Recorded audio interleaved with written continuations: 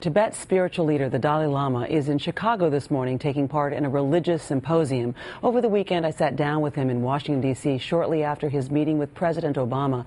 And in our wide-ranging interview, he talked about his conversation with the president and shared his thoughts about the spirit of American resilience.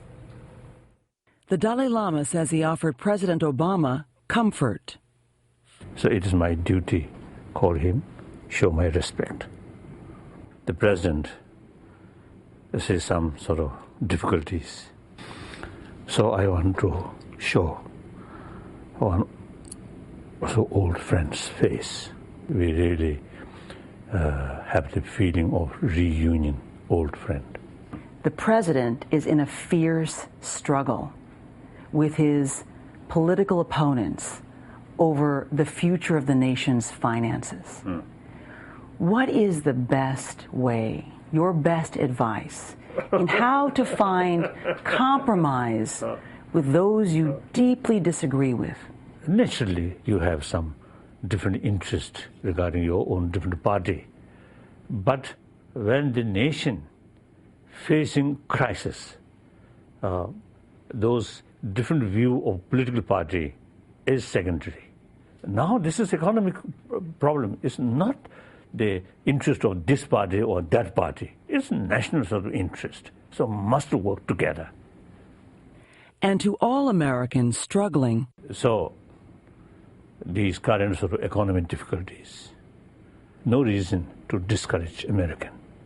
You must keep your spirit, your determination, and hard work. Through that way, you can overcome these current sort of problems.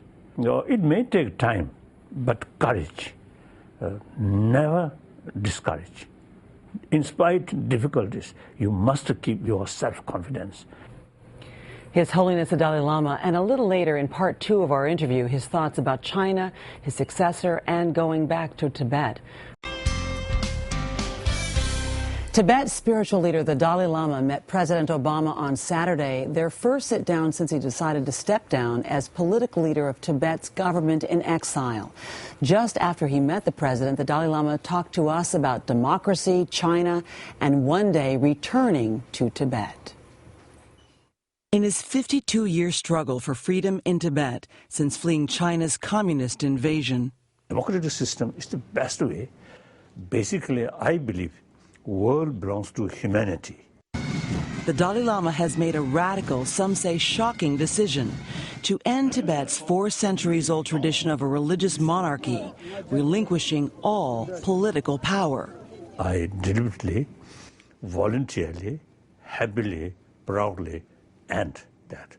Allowing for the first democratically elected prime minister of Tibet in exile.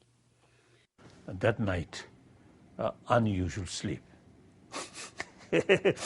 So that means I really felt some kind of relief, that kind of thing.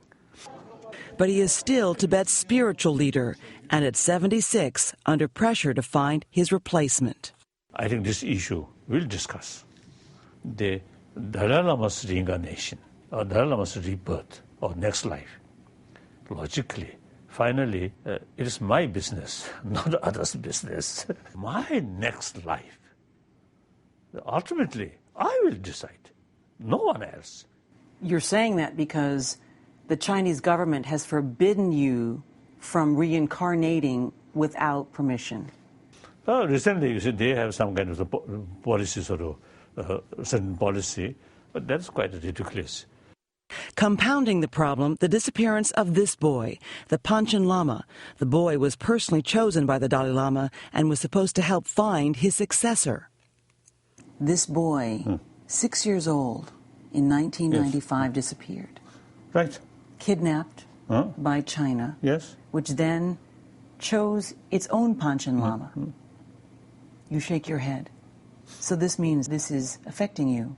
You feel something for this boy. Oh, yes, of course. The several years or some kind of house arrest, not his mistake. Every week, some people arrest and severe torture. In Tibet? Oh, in Tibet. Very, very sad. Very sad. Well, how do you deal with your anger?